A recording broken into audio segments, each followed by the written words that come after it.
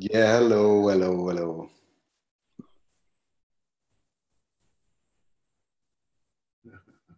Hi. Where is everybody?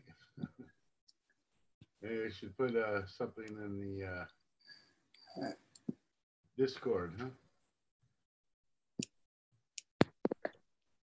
Wait a minute.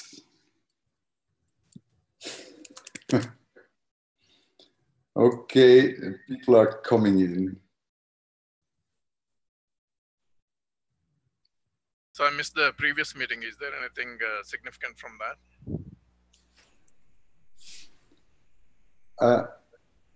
Yeah, there was a bunch of stuff they talked about. Okay, I'll watch. I'll watch the video later. Yeah. There was one big announcement. They are making progress with the strategic partnership with Lieke. And also about Resonate. So they will integrate more or less with Resonate. It's very good news.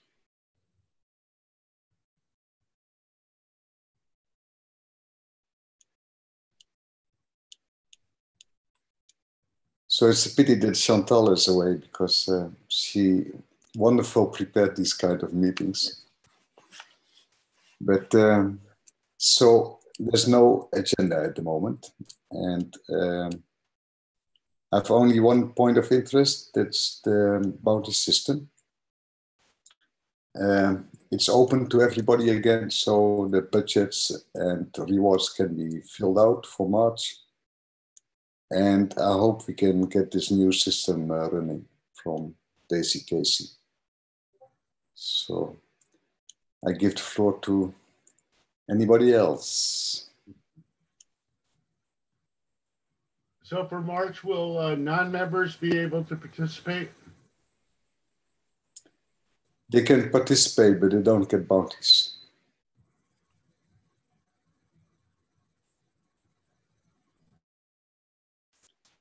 Only members can receive bounties. And how about for February? February, the rule was as before. Yeah, well, February I will go on as it was. So I had no time to implement these new changes in strategy. So February will be fine for non-members for getting bounties, but March I have to stop. So bounties only for members.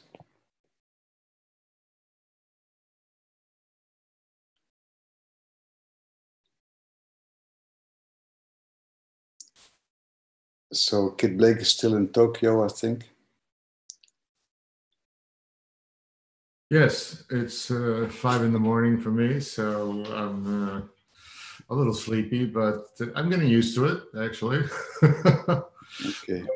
I'll be returning on Monday back to European business hours, which I definitely miss. Tokyo is kind of on the wrong side of the planet for being involved in things. So I get up in the morning and I catch a little bit of New York and the Seattle evening. Sometimes I chat with people, but then it goes dark and everybody else is sleeping, and I'm in Tokyo doing some stuff. But and how is Japan and China? Is that okay? So, do you mean the relationship between the two countries? Or no, only for time. Time 1 hour constraints. Difference. 1 hour difference. Yeah. So Japan is an hour further. Well, actually earlier along, and so it's 8 hours from Europe. Okay. And I went to a crypto meetup. Interesting. mostly biz dev oriented. I couldn't find any development activity, and that's actually what I was kind of searching for. But it was an interesting talk from the guy who was responsible for international business at Mount Gox when it went down. Interesting. Yeah. And he's now working with the Gatecoin exchange in Hong Kong. And so he had some interesting stories to tell. And there's a lot of stuff, interesting stuff happening. I made some contacts. So if RChain wants to develop a presence in Japan, then I have some people that would want to help. Possibly for a fee, of course, but that's the way it works. Yeah, it's true. So, yeah, the news here is that they are going to set up an office in Germany, in Berlin, a cooperation. And probably that will be an example for the rest of the world. So if you have people in Japan, then probably they can raise also a cooperation there. Yeah. If that's wanted, I don't know. But yeah, I mean, judging from community activity, it seems like it'd be better to have an office in Beijing. There's a lot of Chinese really involved, and I don't know any Japanese, actually. I don't see any Japanese names in the Discord. So somehow, RChain hasn't gotten on the map in Japan, but in China, it's big in China. It's booming, eh? Yeah. Yeah. With WeChat and QQ International and... Yeah. It's quite fun. And advanced developers also. Okay. In China, I mean. Okay. Now, from the RChain cooperative standpoint, who is handling the international offices? Did they say, I mean, is it directly Greg, or like if we want to do something in India, who would be the point person for that to have that conversation with? Yeah, so I guess it's Greg. He's doing everything, so.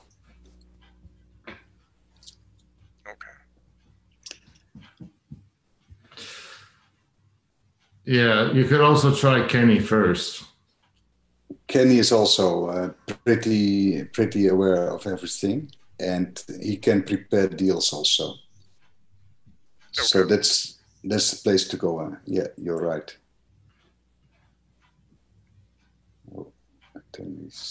Sounds good.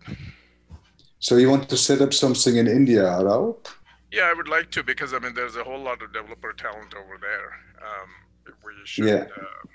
We should get in front of them and do a few learning sessions, hackathons, things like that, training sessions and hackathons, so that we can get them at least warmed up, because I don't think anybody is actually pursuing that right now. So. Yeah, and you have also Mrnal. Correct. You know, there's Mrnal and Ankur. They might have some contacts or interest in that space also. Yeah, because India. Yeah, Navneet also has probably India connections. I don't know, but I didn't hear any of them mentioned. I did speak with Navneet and Mrnal, but I didn't hear them mentioned, other than the larger marketing plan that I think was targeting the whole world. But I think we can actually get some real action going sooner than later. Wonderful. Yeah, I've been working a lot with Indian outsourced companies, and this works really fine. Yeah. So I mean, maybe you have some experiences or whatever you want to share. We can do a separate chat about that to get the next steps going for that. Yeah. Okay, let's DM. So, who wants to take the floor? We had a very large meetup in Seattle, RChain co-op meetup yesterday. It went very well. About 70 people showed up. Very good. I have one question about it. I want to know how reimbursements work since it was a co-op event and I bought all the food and drink out of pocket. There was an email sent. Wonderful. I'm just trying to figure out how reimbursement will happen for these events. I suggest that you create an issue, Meetup Seattle, and you make a total amount for it in the budget. And if you are the one who paid everything, then you will get reimbursed in ROC. At the end of the month? Yeah. So that's probably mid-April. All right. Because we are much too slow with payments. So I hope with the new, I hope we will speed up with it. Hopefully. Yeah. Yeah. Who is Bar? I'm curious. This is Rao. Brandon. Oh, Brandon, that's you. Okay, good. I had to reformat my computer. Hello, guys. Hello, everyone. Hi, Navneet. Hey, Navneet. Hello, SJ. Hello, Jake. Hello, everyone. Hey, we were just talking about India. Okay, I can answer some of the questions if you have one. Yeah, Navneet, this is Rao. I was telling HJ that I would like to get some meetups, trainings, workshops, hackathons, educational sessions going over there, both in conjunction with the academic institutes over there, as well as independently with the industry groups. Absolutely, Rao. I totally agree with you on that one. You know, I think that would be a great opportunity, and the way, you know, their economy is, I think this would be a good start for us to do. And I think in our community, there are a bunch of people from there. I think we can start talking to these people if they have connections or they want to do something like that in local colleges. I think, you know, my suggestion would be first thing to start would be a meetup. You know, that should be the starting point. You too. Yeah. So I think Patrick may have created the meetup in local cities there, but I think we may need some organization. I think a good place would be Bangalore and Pune and Delhi. I think those places should be the starting point. Right. Who did you say is working with them, with India? Well, so Patrick is our marketing guy, right? He has already created all these meetups. We had a great meetup yesterday. And in Seattle? In Seattle, yeah. Around 70, 80 people showed up. Right.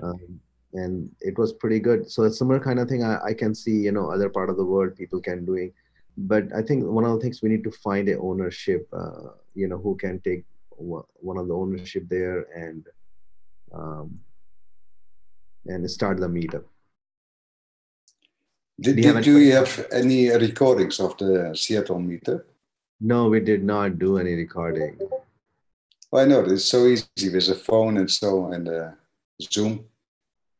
Yeah, probably we should be doing broadcasting. You know, I wasn't sure who's gonna watch or who's gonna see. So what we are doing that we're gonna go do our meetups every Tuesday, first Tuesday of the month.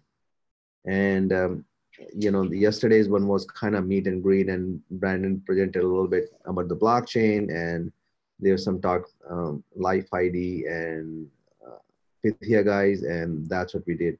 So from next sessions, we are thinking, you know, 15 minutes is simple one topic pickup, and the rest of the times networking. And there were a lot of people, a lot of excitement among those people, and a lot of networking. That was pretty nice, you know, all spectrum. I have seen 18-year-old kid and then a person, retired person also.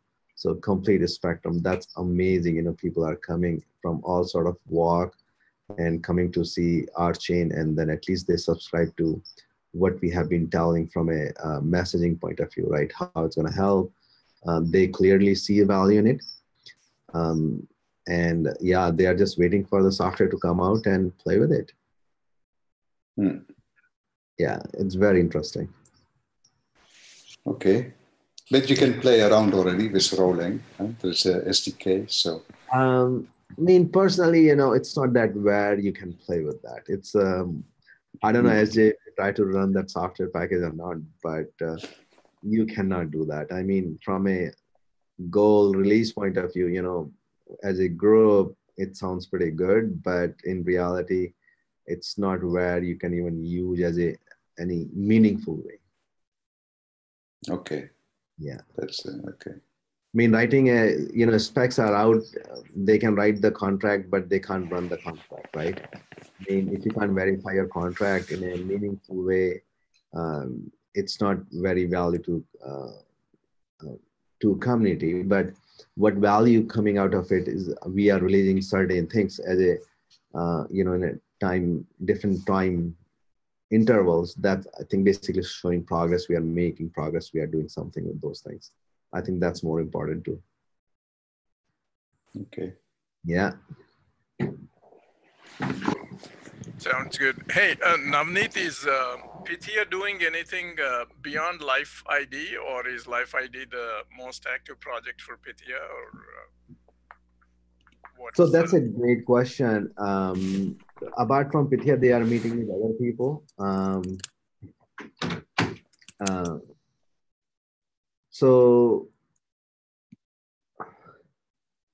there are a bunch of more identity companies in pipeline, and we have been talking to other exchanges. I think Lawrence already posted the link, altcoin.io or something like that. And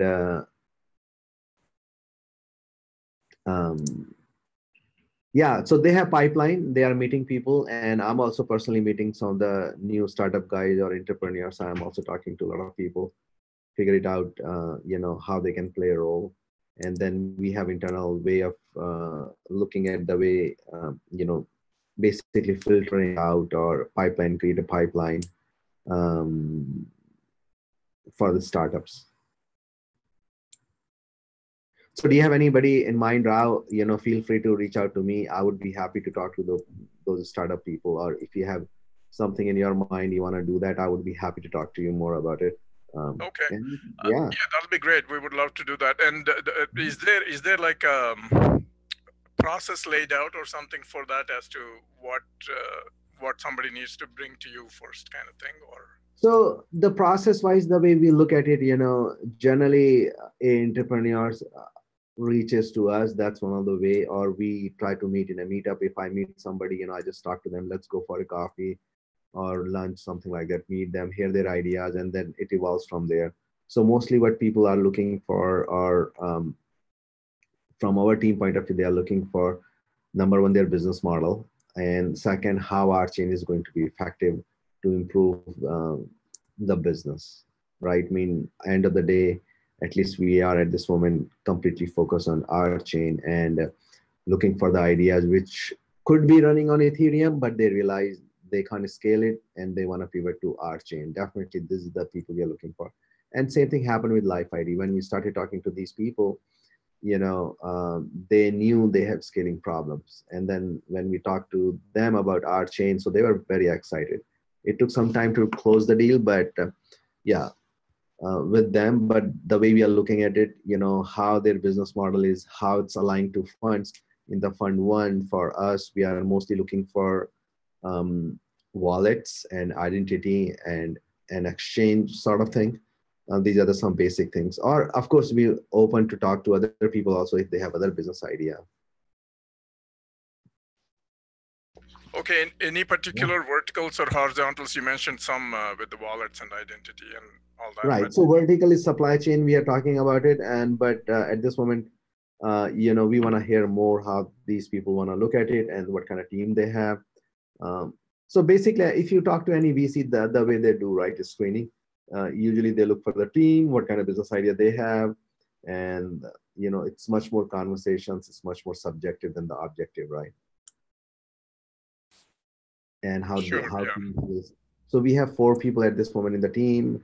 Lawrence, Ed, Roland, and we look at those people and how they come in, and then evaluate, basically present companies to the rest of the team, and they look at it, answer questions, their business model, and their how they fit into RChain ecosystem in general. Okay, wonderful. Sounds good. Yeah. We'll Feel free, or if you have any friend or somebody wants to do that, reach out to me.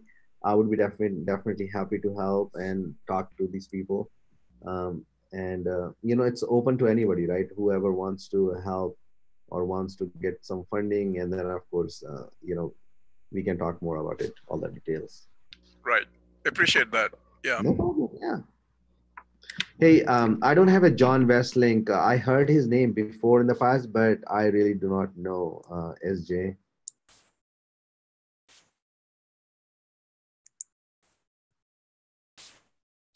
Well, he seems to be a rock star in the crypto. Right. land. I mean, that's what I hear. If that's the case, that's pretty awesome. And I think, yeah.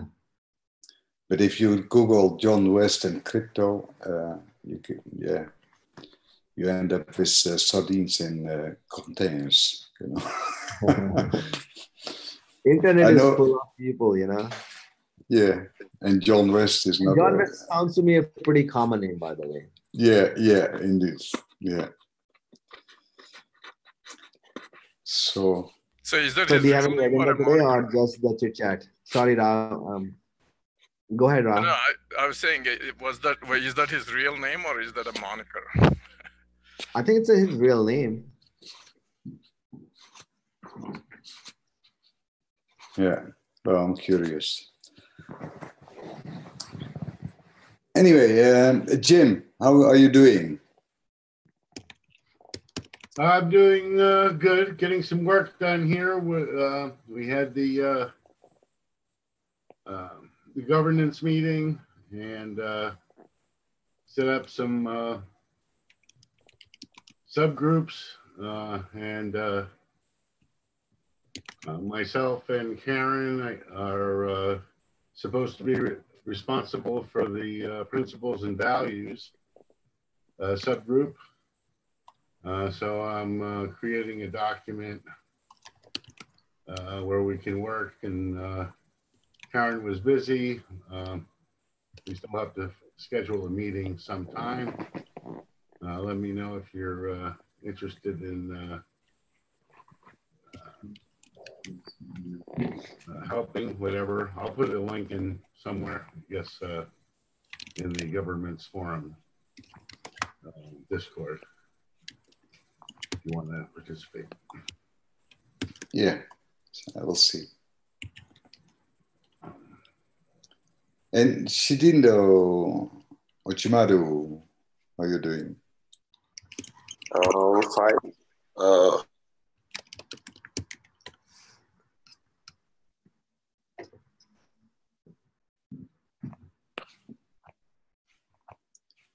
You're so busy in the GitHub, but it would be nice to talk a bit here.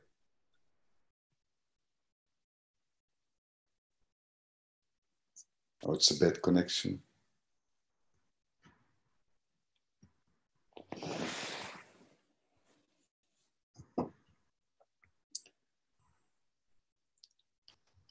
Jake, do you have any news? No news from me here. Pity.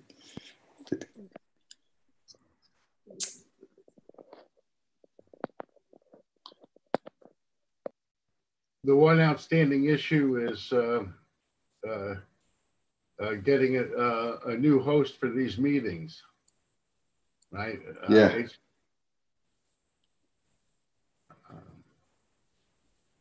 Do you have anybody in mind? I nominate Rao. Me too.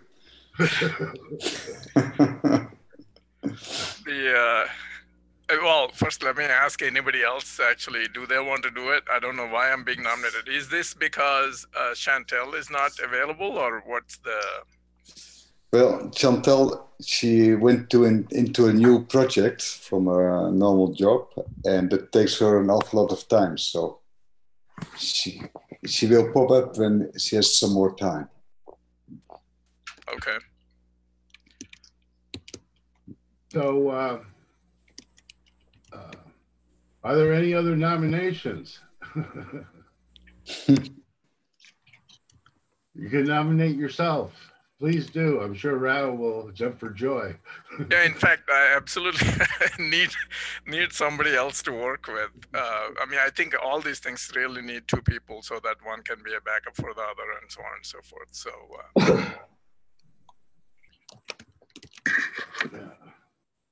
Yeah. Okay, well, Plenty that can she do it, maybe. What do you think, Jim?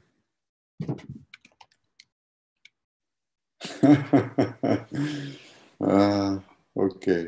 I don't know,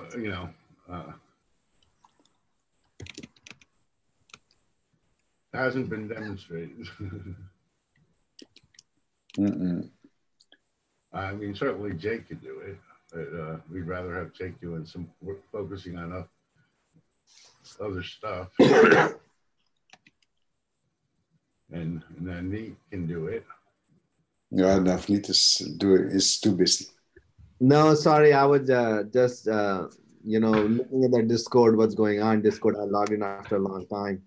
So I'm like, I have to catch up. So when I log in after 2-3 days and see the message, so many messages, I'm like, I can't go through the all message. I just read, top 5 messages and then I'm like done, You I'm even glad I miss was board pretty meetings. active, but Hey, it takes a lot of time. Navneet, I have a quick question for you. Absolutely. Have you marked me as a member yet in the member database? Can you paste your email ID? Let me check it. I thought I did it. I don't know. I'm wondering if I don't know. Okay, can you paste your email ID? Or I can find it. Don't worry about it. I can find it from the email. Do you really want Navneet to have all your personal information, driver's license? Do I want to have it? Or does he already have it? That's the question. I already have it, exactly. Navneet knows all. Yeah, I am the oracle, right? I'm the...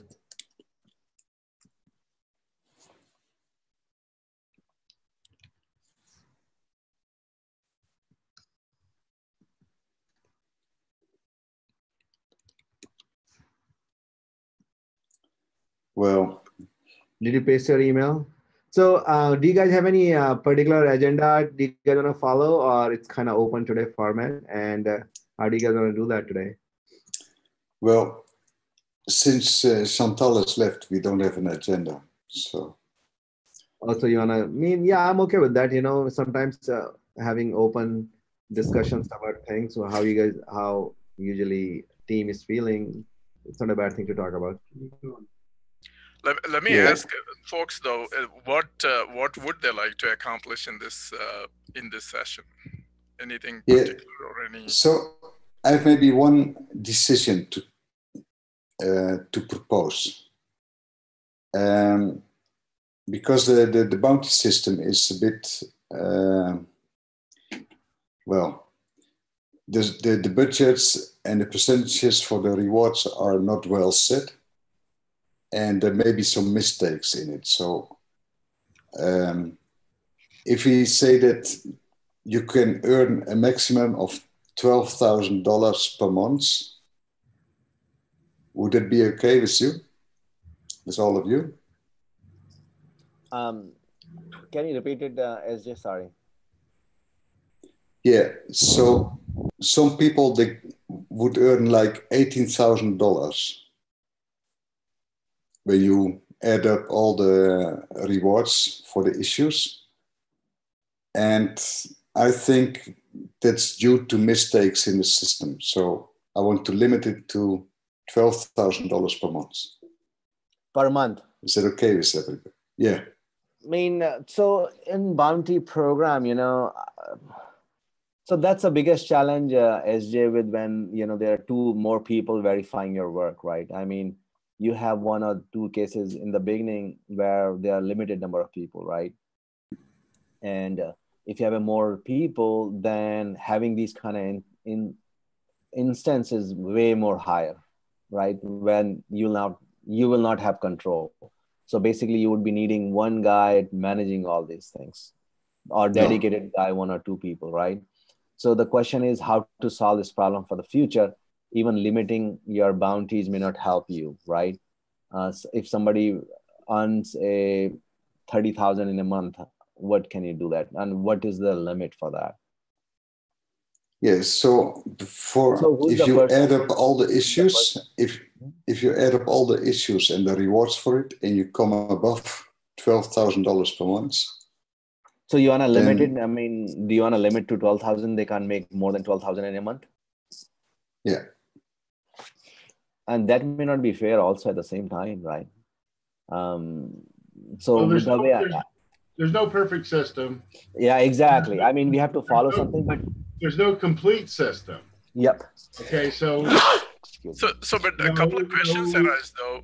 First of all, when people are charging 18,000 or something like that, how much are they charging per hour? And secondly, or maybe we're not tracking hours at all. It's just budget versus whatever they're saying their work is worth. Right. So that's one question I would wonder about. And second part is, if indeed this is part of that is expenses, let's say that they paid out for some activity and there is proof of that, that should not limit the thing, right? Let's say you run a meetup or you run a whatever, a training session or something, and there's $5,000 or $10,000 expense associated with it. So that kind of needs to be separated out from the bounty. So that would be the second point. And I had a third point, but anyway, you can react to the first two. I'll come back to the third. So to add to that, I think the way we should look at it, it's our bounty program's pricing is not right, right? I mean, if you're concerned about $18,000 somebody's making in a month, give me a second. I'm just want to convert it into per hourly rate and divide it by 160. So that's coming out to be $112 per hour, right? Rate. Yeah. So now question is these bounties per hour rate worth $112 per hour or not? I think that's what we can talk about it. How much do you want to put a value to that? For $112 per hour rate is a developer rate. And if something development we have done, and developer rate is for high-end developer also. It's not, good developers earn that much money. And the normal rate I would consider, $50, $60, $70 per hour, something like that. So yeah, if these bounties, we have to revisit these bounties. I think that would be a better choice. My suggestion would be next time when you create these bounties, equate them with the per hour rate, right? For the kind of work we are doing, $40 per hour, $35 or $40, $50 per hour rate would be even really, really good rate. We can go to classdoor.com or some other websites where jobs are written. We can find comparable rate, how much people are willing to pay. And my suggestion would be add, 10% or 15% markup on that one and give that much, giving them benefit because these are bounties end of the day. Right. But that makes it too complicated. So I want to stick to the system, but only a pragmatic solution, not go higher than 12,000. But that's also not fair, right? I mean, if somebody's putting up that much time. So here's my suggestion. So just give me a second. I'm calculating the 12,000 divided by 160 in a month. That comes out to be average $75 per hour. Okay. So if I contain this one, you want to contain based on the kind of work bounty program is doing, I would consider average bounties at $45 per hour. And if I multiplied 45 with 160, that comes out to be $7,200. So my suggestion, just put a block at $7,500 per month. And here is what I would say also. I mean, right now we're only collecting the dollar budgets. Maybe we can ask for hours to be reported also. And this way, time we have an idea of really what that's working out to. Whatever So we set the I limit think, yeah, it's a good point, Rao. And so what's happening at the same time, this is adding more complications overall, right? So here's my proposal, or here's my suggestion to you. As suppose you are adding a new bounty for some task, you calculate potential hours, right? Basically budgeting something. Suppose, you know, for example, translating a video, right? You have already seen in the past, you know, how long does it take, and then create a budget for that. You know, I'm proposing a budget for this translation of video an hour. It's going to take 10 hours, and 10 hours mean $45 per hour. It's a $450 worth of bounty, and add mark of 10%. So it's a $500 worth of bounty, right? Yeah. If you can do this budgeting this way, people will have this idea. If they complete within 10 hours, that's great. That's their number. You know, they can earn more. If you are estimating something to be completed in 10 hours, and if they complete, you know, in 8 hours, my suggestion would be give them those 2 hours too. No, but okay, I'm kind of against hour rates and so. I want the team to be responsible to come up with a fair budget and with a fair distribution of the rewards. And so it shouldn't be compared to developer rates or whatever. Or it's like with the translation, it's nice to have like 20 cents per word for the whole process, you know. So that means intake, analyze. But SJ, I understand your sentiment. Jim, I understand your sentiments. There's no question that what you're trying to do. So what happens, you have only few bad apples can spoil the whole system, right? I mean, at the same time, you have to prevent that too. I think what Rao's suggesting is, you know, is a solution. I mean, it is another step, but it, you know, in order to be paid a bounty,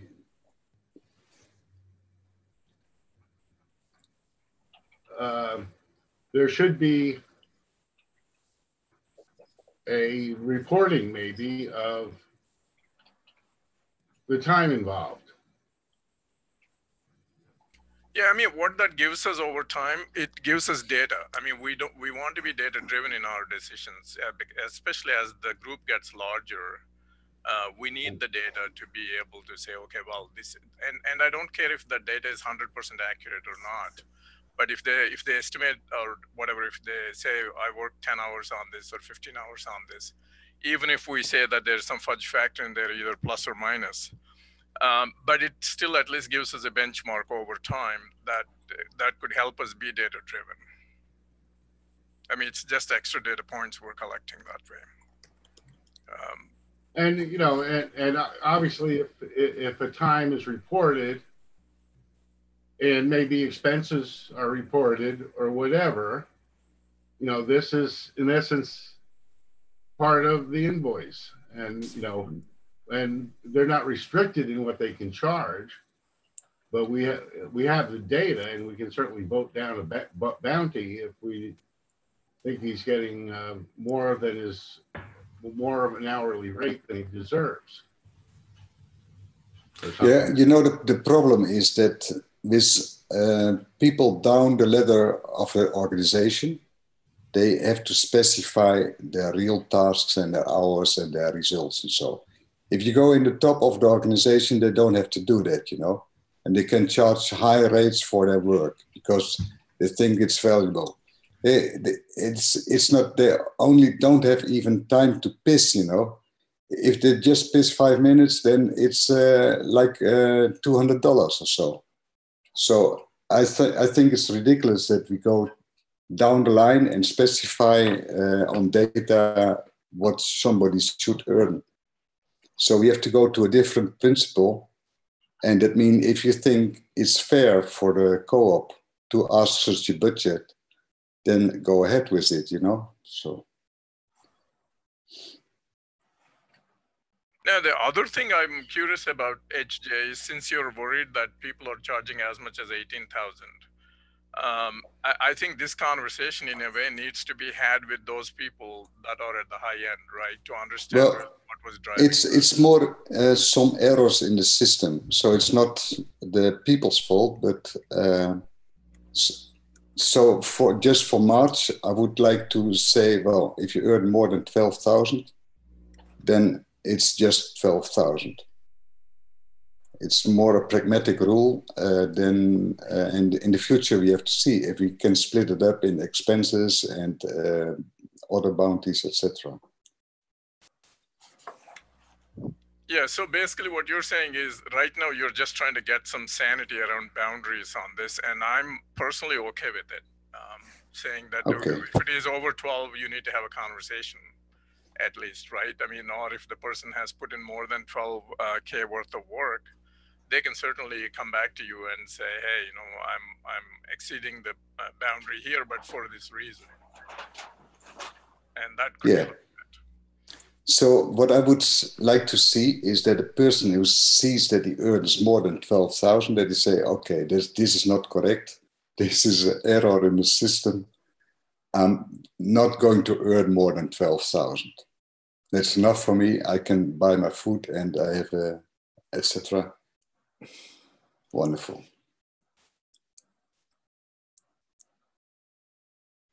It's also the amount of energy you're taking out of the co-op by earning more, you know, so. Yeah, I mean, SJ, there's no right and wrong, you know, putting 10,000, why not 10,000, right? 12,000, why not 7,000? Why not 5,000? So there's no right answer to that. You know, I think it's a much more gut feeling based on the calculations, if you can come up with a better calculation. Yeah. Okay, so what I'm going to do is I limit it to 12,000 for March. But why do you want to do that? So how many are more than 12,000 people? It's one only. Okay. It's and who's the Casey. Guy? Huh? This goes back to who's the lucky guy? Scenario principle of up to a certain amount of money, which was, I guess, closer to the $45 an hour rate. After a person makes that much money, it doesn't improve their happiness any. You know, it's up to that amount, happiness is improved, and past that, happiness is not improved. And, you know, Jim, let's not go there. Here's the thing. Equality as a value,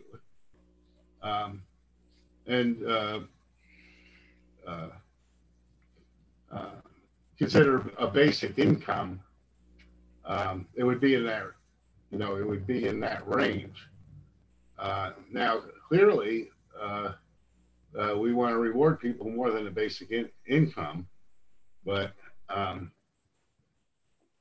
and so you know, if we're going to have a point solution today, I agree with setting it at 12,000. Yeah, because you have also the tax involved. Better than a living wage, but you know, not outrageous. And then we can work on this problem more and see how we're going to reward people. You know, how we're going to fix the system so that it doesn't make these mistakes. Right. I mean, basically, I think if it is a mistake or some upper boundary to catch a mistake, I think that's fine. And if somebody does have, as long as we understand it as such, somebody, if indeed they put in X amount of effort and Y amount of expenses, and if that's more than 12,000, they always can come and appeal and say, here is the reason why I need to do that. But as far as feelings and all that, Jim, we can only observe behaviors, and we can only ask for behaviors to be XYZ. We cannot observe feelings. So whether somebody's happy or not is not anything we can do anything about it. We just need to be able to say, here are the behaviors parameters, you know. Yeah, so let me come up with the example. It was Daisy Casey who came up with $80,000. That's what I calculated. Then I asked him, are you happy with 12,000? And he said, yeah, that's fine with me, you know, so. Yeah, and he has been probably doing the most amount of work of anybody, I think, he's been. Yeah, he's incredible productive, yeah, so. He was chugging away like crazy last month or a couple yeah. months. Yeah. Okay, for March is 12,000.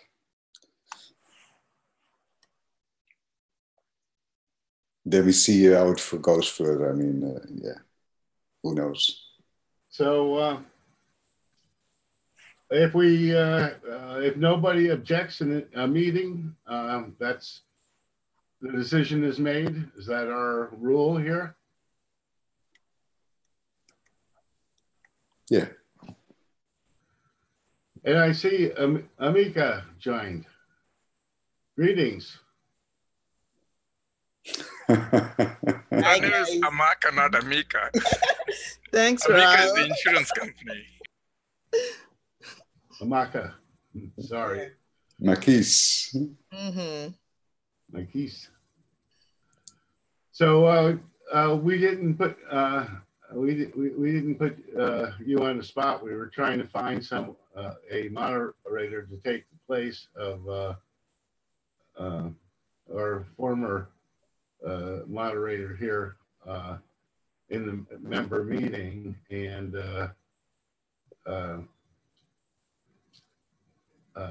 Rao elected to help, but he wanted a helper. I nominate Amika to host RChain member meetings. Oh, you just mentioned that Rao offered to help. I can work with Rao on it. Yeah, why not? Right. That's basically what I was saying. I mean, there need to be a couple of people that could be backup for each other, type of Cool. thing. So. Yeah, we can do it together. I'm happy to do that. Yeah, and if anybody else, I think there are a couple of other people that came on. If anybody else wants to take on the role or whatever, just raise your hand. I'll be happy with that. Well, if necessary, I can play backup, but I'm never sure of my schedule, so it's really hard to plan. All right, thanks a lot, kid. I appreciate it. So but Marquise, for now. Marquise, do you want to organize the next meeting then? Let's do it after the next one. That would be awesome. Okay. Cool. So Rao, you're doing the next one. Right. I mean, when Chantel was doing these meetings, we were basically as active members, we were talking about a whole bunch of things. The budgets was one portion of it, but at that time there were a bunch of communication issues and other things, which now have kind of taken on their own separate role. I think there's a proposal in the executive committee to do a communication director. And so the Kathy and Jake, these guys are handling some of the issues that we were talking about in the previous meetings, right? Now they have become like separate projects, so to speak. So in that sense, each of the working groups should report to this meeting. I mean, that's okay. That maybe that is something that they're not aware of, and I'm not sure where they're reporting to. I know they're doing their own self-reporting in the groups, but maybe we should ask them to report here and see how that goes, right? Yeah, I mean, it's been brought up numerous times in the governance working group, and either the weekly debrief or this meeting, the committees might report in the main meeting, whereas the other working groups may report here in this meeting. But The weekly meeting, the reporting is what allows us to synergize, and that we know what's going on in the cooperative. Right. So I will ask them one more time to A, attend these meetings, and B, report here of what they're doing. I mean, Jake was here today. We could have possibly asked him about what's going on in the voting space that he's working on. But the working groups, we will ask them to report here because these are recorded and then people can watch them. I don't know if any of the individual working groups are recording their meetings. I don't believe they are. Another solution is to get rid of this meeting. I agree. Make this only as needed. Or maybe make it a once a month or something to resolve budget issues and other things, right? I mean, the bounty system or whatever type of issues. Yeah. But I think to Jim's point, I don't know if there is any coordination and synergizing. Because also a problem with this working groups is that they don't go into the bounty system. So how do they get rewarded? And the working groups are semi-private. Okay, this is the public meeting. This is where we engage new members. This is, this is, the open forum of the cooperative where we're all equals and have our vision of what we can do on RChain or whatever. Yeah. So, Raul, maybe it's a good idea to stimulate these working groups to raise issues in GitHub. Right, which I was under the impression they're already doing that.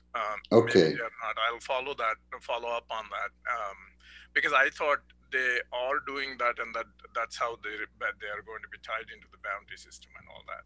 But I thought there was issues there also, and but I didn't find. But I know with the governance stuff, there was a lot of emails, and I did not specifically go in and check and see if the issues were put in GitHub or not, but I will look into it. Yeah, that's also the problem with people who are making commits to the repository.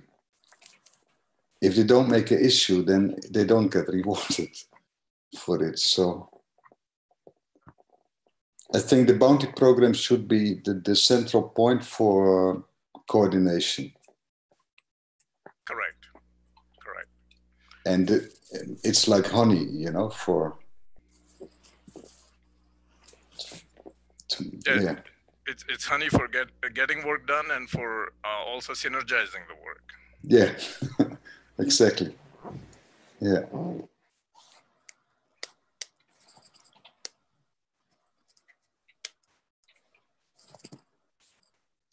Makis, how are you doing? I'm doing good. Good to hear that. So, Amaka, since you are here and you are dealing with the new member orientation, why don't you tell us what's going on with the new member orientation? Oh, cool. So with the new member orientation, our first meeting is going to be on Saturday. We have about 11 people who have signed up to want to be part of the new member working group. So in the new member, on Saturday, we'll be doing like a walkthrough of what the current process is. Would also be doing a walkthrough of what our overall goal would be and looking for members who would become verifiers even as we scale. That's something we're looking at, and also trying to ensure that we have consistency in the messaging that we give to the folks who we onboard, right? So we just don't want people to come and leave through, the different hurdles that we have. And also in the new member working group, because we know that the membership site will be revamped, would also be looking for inputs to identify the gaps so that will be more of an input to the new member.rchain.coop that is going to be revamped. And, so Saturday will just be a meet and greet, and then we'll just dumb down on, the existing gaps that everyone has noticed and try to look for a roadmap, a pathway that we want to see how we can improve the onboarding system. So the meeting on Saturday is a working group meeting? It is a working group meeting. Okay, now, is there any thought in terms of when new members come? Are they going to be onboarded as they come, or is there going to be specific days or times of the week that they will be onboarded? So that is part of the conversation we're going to be having on Saturday. And that's something that we're going to, finalize as a group to say, hey, what do we think works best? Because scheduling is an issue as of today, right? So it's like someone comes, waves their hand and say, hey, I want to do my verification. And then you see someone jumping on it. As we feel that might not just be, appropriate, or it might not work as it is right now. So that's something we're going to talk about. Yeah, I think it might make sense just to have like a couple of slots a week or something that people know that during this time they have to get all their stuff ready. I mean, it depends. I guess it's up to the working group really to decide what works for them. But anyways, yes, but like you mentioned, that couple of slots a week was something that I thought was also going to be very good. Yeah. And Kit is asking, what is the Zoom ID for the Saturday meeting? Okay, I can share that. Oh, Kit, are you part of the working group? Megan asked me to join at the GovConf, and I said I would. So the answer is yes, but I'm in Japan right now, so my time zone is kind of flipped around, and I don't know if I'll be able to join that meeting on Saturday. But did you get the invite I sent out to everyone? No, but it could be it went to my Gmail, which I don't read very often. Oh, God. I didn't see it either. I guess I'm not up to date in my mail, but it's not on my calendar. Okay, I'll just pop that up here. Okay, we have also another thing, because there's now strategic relationships with Licken and also with Resonate. So that's another road for activities. And it would be nice to infiltrate in that relationships, I think. So like on Friday, there's a Resonate Zoom meeting. And yeah, maybe it's nice to propose a bounty system there also. Interesting. So that's the Resonate co-op meeting on Friday? Yeah. We want to get that on the RChain calendar. Yeah, I think so, yeah. Yeah, but I don't have the details.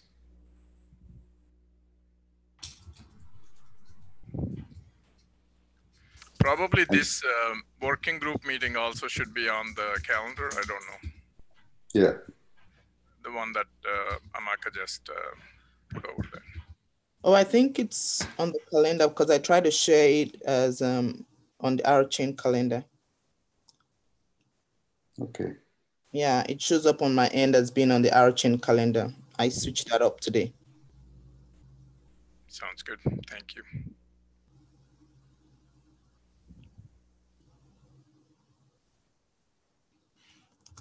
Yeah. Now, HJ, other than Resonate, who is the other one you mentioned, the first name? I will type it in the chat box. Okay. Yeah, thanks. This is a wallet and an exchange provider.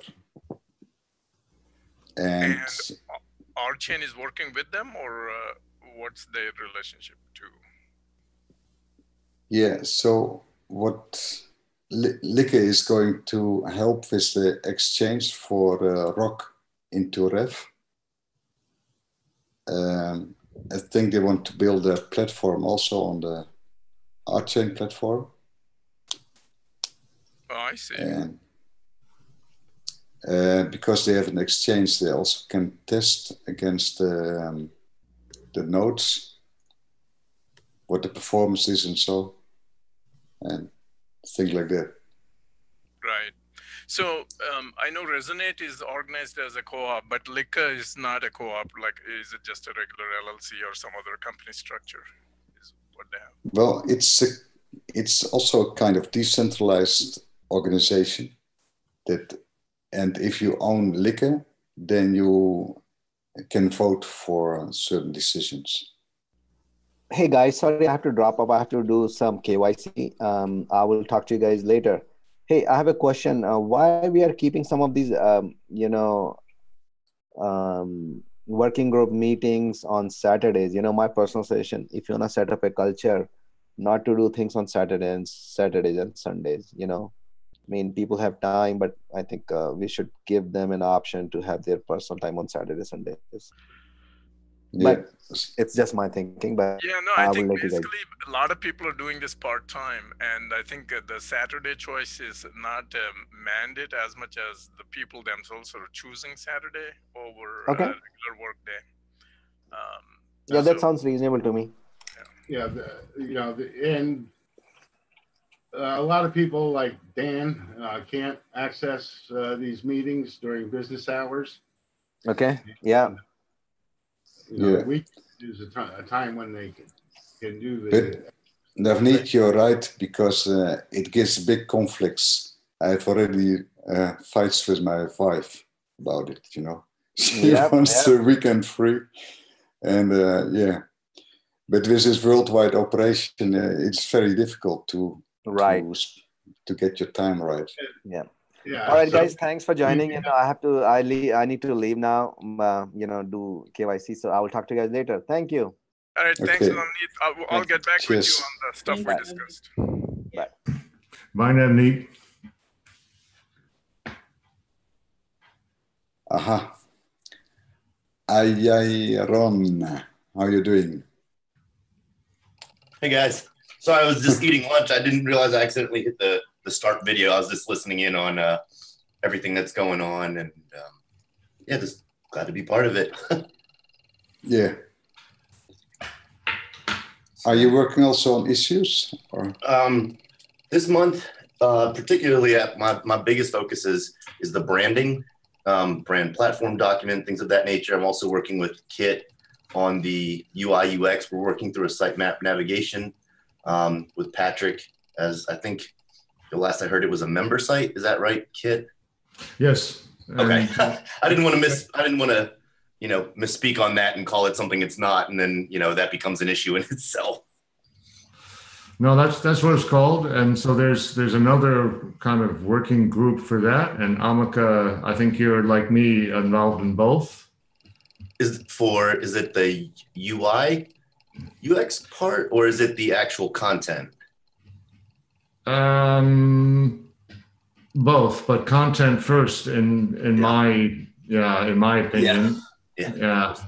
But basically the member site as it is right now is only useful to administrators and people. They join their co-op and they use it once. It's a one-time thing, but there's push to turn it into a source of information for new members, which seems like a really good idea. And in the process, integrate and somewhat bury the KYC internal database stuff in there. Yeah. So do you think it would make more sense to have some of that information a little bit more forward facing, like as far as that it's more of a tier 1 level than further down? I know that was one of the issues with, there was a Telegram issue. It was like 4 something. And Mervin had mentioned that there was a member in Telegram who was just saying how difficult it was to find, documentation and things of that nature. And he got so frustrated that he just kind of, he stopped trying. We have all of the information, all the documentation there. We just don't have it consolidated in one part. And I think it would be huge. And even if we just build a few links in our Discord community, just read-only channels, we could quickly have that put together. But then as a next project, we could build it out in the member site, just to have it a little bit more concisely done. Yeah. And the other question is, the member site, should it have a public and a logged in member view probably? I think so. Because a lot of the stuff can be public, whether you're a member or not. This way, when they go to RChain.coop, they are able to learn quite a bit about the project. Yeah. And whatever is only available to members should be inside the member login. Yeah, I see most of it as being public. And in a committee meeting, there was some discussion, well, what exactly is this site for? And my answer was, it's the gateway to getting involved. But once you are involved, then there is a kind of private profile section and maybe some private member-only sections. That's to be determined. But when people come into the co-op, if they want to get involved, they should be able to go to member and find all the stuff they're looking for, including the stuff the guy on Telegram had mentioned and everything. So do you think it would make sense to have that information available for someone who's interested in becoming a member, so that way they have the opportunity to review, all the document? I mean, obviously it would have to go through some type of approval process to ensure that it's, okay to be public facing. But are there any documents that we wouldn't want to be externally facing right now that would only be for members only? Not that I know of. Okay. And, the reason I'm asking that is, if all this documentation could be right up front, which would be great in just directing people who are interested as a resource in one place. I think that would be ideal. Yeah. Right. I mean, one of the proposals is that there would be a communication director that's making these decisions about what should be public and what should be members only. But I agree with Kit that by and large, clearly personal information is members only, sure. wherever the member logs in. But beyond that, the biggest reason is mostly for viewing. It's not a problem, only for personal data, but for editing, it's nice to know who has done things. So yeah. Would these be Google Docs or finalized pieces of collateral? It's Google Docs, it's GitHub Docs, it's YouTube's, all kind of stuff. Yeah, I mean, the YouTubes are one thing because they're finite. It's a definitive. It's a video that's from here to here. With the Google Docs, I think it would be best to export those out as a PDF or something that's not editable, and then we can allow that to be publicly facing, because then there's no option to edit it. Correct. I would not leave anything editable in a public exactly. And then we can leave the Google Docs strictly for once you become a member, then you can access it. And then there's ways that you can see who's commented, who's made suggestions, so on and so forth. But I think that would be the best way to push that information out to the public. I don't think so, because you will have two versions of a document then, and maybe the PDF is lagging behind. So what you have in Google groups, then you can restrict access to a group, and you have to be a member of the group to be able to edit it. Sure. Yeah, we could do that. I don't know. I guess it is possible to do that in Google G Suite easily enough. If not, I don't know if there is a dynamic generation of the PDF that could be done. Generate PDF on the fly when the person is accessing it. Oh, that's interesting. Yeah. So personally, I think if someone is not a member of the co-op, the kind of information the person will want to see, or the kind of information we want the person to see, is a lot around what RChain is about, what the project really is about. Yeah, right? It's more the architecture. Exactly. So yeah. I we just want to be careful not to expose everything, not because I see a clear risk in my mind, but I just don't want to overload them with a lot of information. And then it leads to confusion because they're looking at this artifact, but they don't understand the workings that have gone, underground before the generation of the artifacts. So that's something that I want to, try to warn against. So we keep the information that would give them enough incentive to want to be part of the membership and understand the roadmap, right? Of course. And then even when we have members who come, because one of the things I'm working on is onboarding. When we have members onboarded, we don't want to just throw tons of information at them. Let them get, enough information that they understand the space, and then individually they can dive into different areas of interest. That's my biggest focus right now, because I've tried to get people to sign up and just to hear their feedback on even getting through to doing an ID verification. It feels like there's a whole complex way, because 1 minute you're here, you're directed somewhere else, and then you're lost in GitHub, you're coming back to Discord. They don't understand what's going on just because they've not been embedded or integrated into the way RChain works. It looks simple because we've been in it a while, but if you take a new eyes, there's that confusion. Yeah. It's interesting you say that. I actually logged in or signed up again with RChain just so I could review the onboarding process. And it was like you said, it was not as straightforward as you might think. It seems like it was so long ago for me, but it was only 2 months ago. But yeah, I think there's definitely a way to automate that a little bit more. There's plenty of APIs and things like that we could use to, help automate and streamline the process. And I think that might be good to just kind of help expedite getting these people from point A to point B and then into, the member section. Yeah, and then the reason I get new people to look through that with new eyes is because I tried doing that, like you said, because I just came on board like towards the end of January. Mm-hmm. And I saw the confusion, but somehow with no knowledge, I was getting through some hurdles, and I'm like, okay, I think I'm cheating the system because I have some more information. I wanted someone with a new eye to go through it. So yeah, there's a lot of simplicity we have to, and then reduce the amount of information we put out there. Not because we want to hide or suppress information, but because we want it to be easy and reduce the number of hurdles. Yes. Jim, you were going to say something. Yeah, in the automated solutions can be very unreliable and impersonal. And, so I think the approach that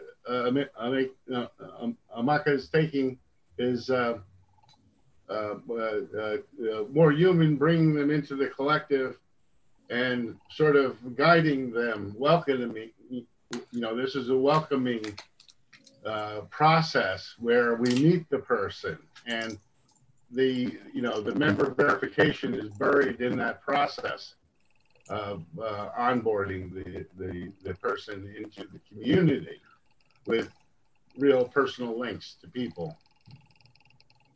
Yeah, I mean, especially that dynamic generation of PDF could be a dangerous thing in that if somebody is not monitoring that process, then let's say a document is in the process of being worked on, it doesn't do them any good to dynamic PDF generate that. So there still needs to be some kind of a curation of the content for somebody to say, okay, these things are good to go to the public side. Right. That's what I was referenced when I was mentioning uploading PDFs for public facing. That's what I was saying. It would be approved documents. It wouldn't be things that are still in draft form. It would be things that are done and completed. And that would only be, externally facing, but the live ones, the ones that are editable, and more than just the view. I mean, would we really want someone to view a document that's still a draft? I mean, unless they're really wanting to be involved or are involved, does it make sense for them to even be a part of that? But we do have a point. The idea is we want everyone to be involved. Right. No, right. If they can make a little improvement, if there's something they can do, we want to give them the equivalence in being able to form these documents and things. That's why we find Google Docs so valuable. But yes, there, the context and the state of the document should be made clear in the document, really. I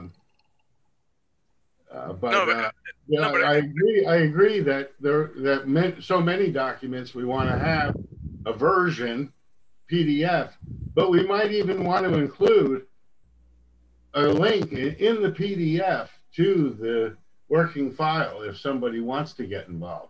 Sure, I think that could be good too. And then that would force that person, to request permission, and would then, have an action item for them to, like you said, to get involved and sign up or whatever else. So I think that could be a good, CTA at the bottom of every PDF. You attach the GitHub issue, and I think that would be a great way to, one, keep it secure by having it a PDF, but two, also allowing the opportunity to reach out into GitHub and become part of the community, like you're saying. Yeah, that makes sense. I think once we have somebody curating the content, we can get all those things going. So, Ron, you're working on this with Kit and who else? Kit and Patrick. This was the UI UX and Amaka. I'm sorry, I don't want to. We've all been discussing the sitemap and overall navigation of the member site, and so this is just thinking out loud of how to display public information or information about RChain that could be accessible to anyone, so that way they have what they need to make a decision. Do I want to be a part of this, or is this not really for me, or just find out general information about RChain. That was one of the, a few times I've read that there were a few complaints that the information just wasn't easy to find, and it really could be. Yeah. Excellent. Sounds good. So is this still going to be a WordPress site or something else? I'm not sure. Yeah, probably WordPress. That hasn't been decided yet, and to be honest, the content people, I don't think we need to worry about it. We let Ian and/or Patrick choose a hosting platform, and we'll put the content in. So we'll worry about that later. I mean, WordPress has certain advantages because it's nicely integratable with other existing structures. There's lots of plugins and things like that. So there are especially Jim and I are interested in being able to transfer the ID between different platforms, right? So WordPress allows us to do that with the OAuth. Right. Yeah. Well, at some point, if that seems to focus and it's not WordPress, then I'll raise a red flag, and we'll check if the system that is being considered does have OAuth, because then we can have that cross login. Thanks. Okay. I would like to sign off. I'm falling asleep here. So it's 6:20 in the morning in Tokyo, and I've been up since 3:30. So I'll see you all next week when I'm back in a normal time zone. All right, enjoy. See you later. Take care, Kit. Amaka, you wanted to say something? Wow. Oh yeah.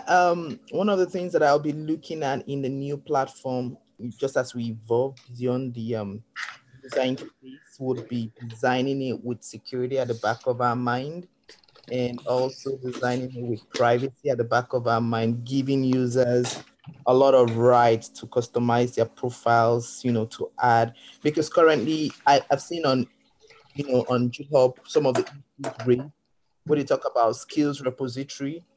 In the new platform, it will be more of the users taking off what skills they have, not someone entering that for them. So that's something that we should also look at. And then, a lot about their preference. We want to let them do that by themselves. And as that changes over time, they can always come to the platform to to change or update their personal profiles. Yeah. The nice thing about GitHub is that the things you put there are your own responsibility. So it's not the responsibility of the co-op to have this data. So, are there any more? Is that a weekly meeting, Maka? Or, well, one time? So the one for Saturday is just for the Saturday. I have not decided that it's going to be repeatable or it's going to maintain that time every Saturday. I just want to get a feel from everyone. And I'm not usually one person who wants to just do meeting, just, you know, having a recurring meeting. I want it to be on a need basis. So we get a work and then we pull out, you know, results and then we move, not just having to meet. But we'll see how it goes. Depends on what the consensus.